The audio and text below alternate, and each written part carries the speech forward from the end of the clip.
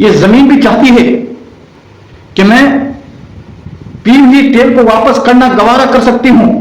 لیکن کسی بے نمازی کو میں اپنے اندر آنا گوارا نہیں کر سکتی۔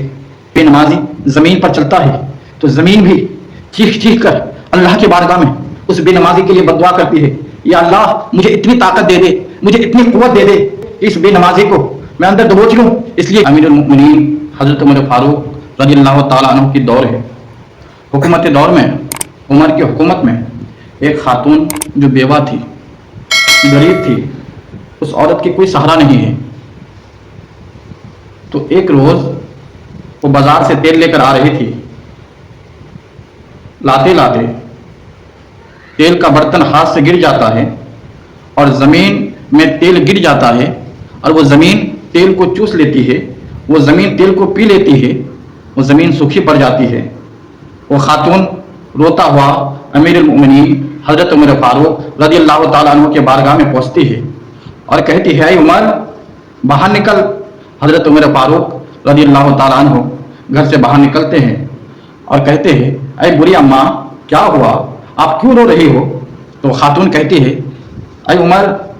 میں بازار سے تیل لے کر آ رہی تھی، میرے ہاتھ سے تیل کا برتن گر گیا اور زمین نے اس تیل کو چوس لی، میرا تیل برباد ہو گیا، مجھے تیل لا کے دو۔ اتنا کہا حضرت عمر فاروق رضی اللہ تعالیٰ عنہ نے اپنے خادم کو بلاتے ہیں اور خادم سے کہتا ہے کہ جا بیت المال سے میری بری اماں کو، اس ضعیفہ کو تھوڑا تیل لا کے دے۔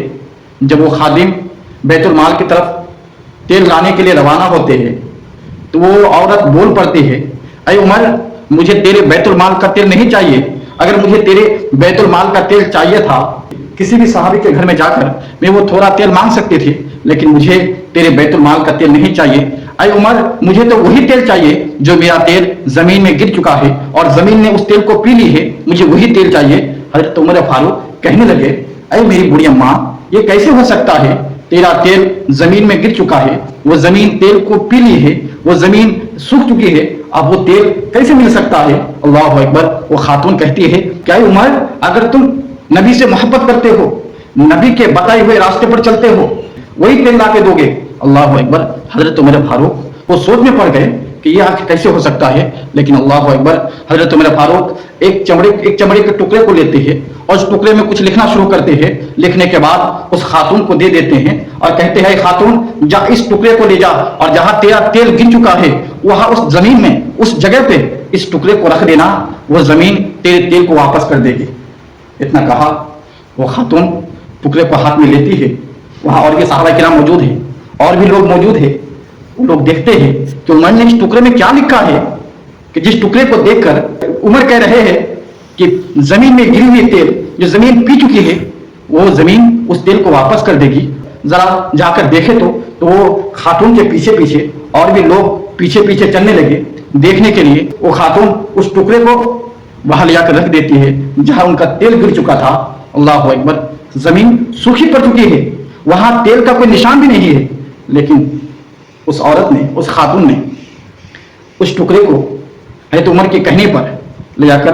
وہاں رکھ دیتی ہے جہاں ان کا تیل گرا ہے۔ رکھنا تھا، ٹکڑے کو رکھنا تھا، تھوڑی ہی دیر میں وہ زمین سے تیل نکلنے لگتا ہے،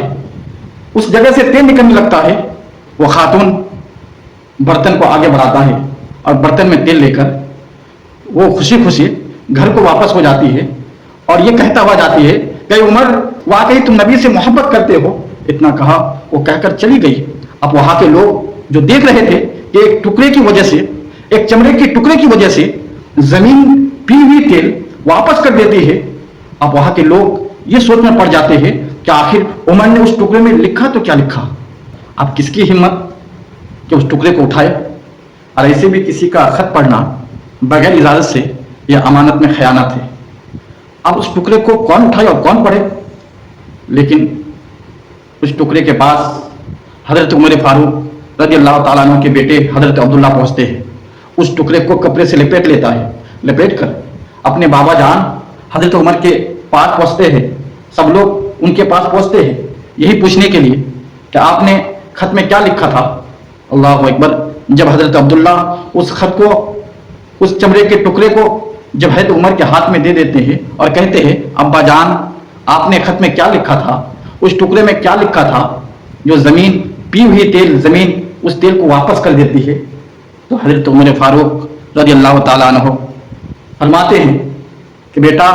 میں اس خط میں لکھا تھا، اس چمڑے کے ٹکڑے میں لکھا تھا کہ اے زمین تو نے اس بیوہ، اس غریب،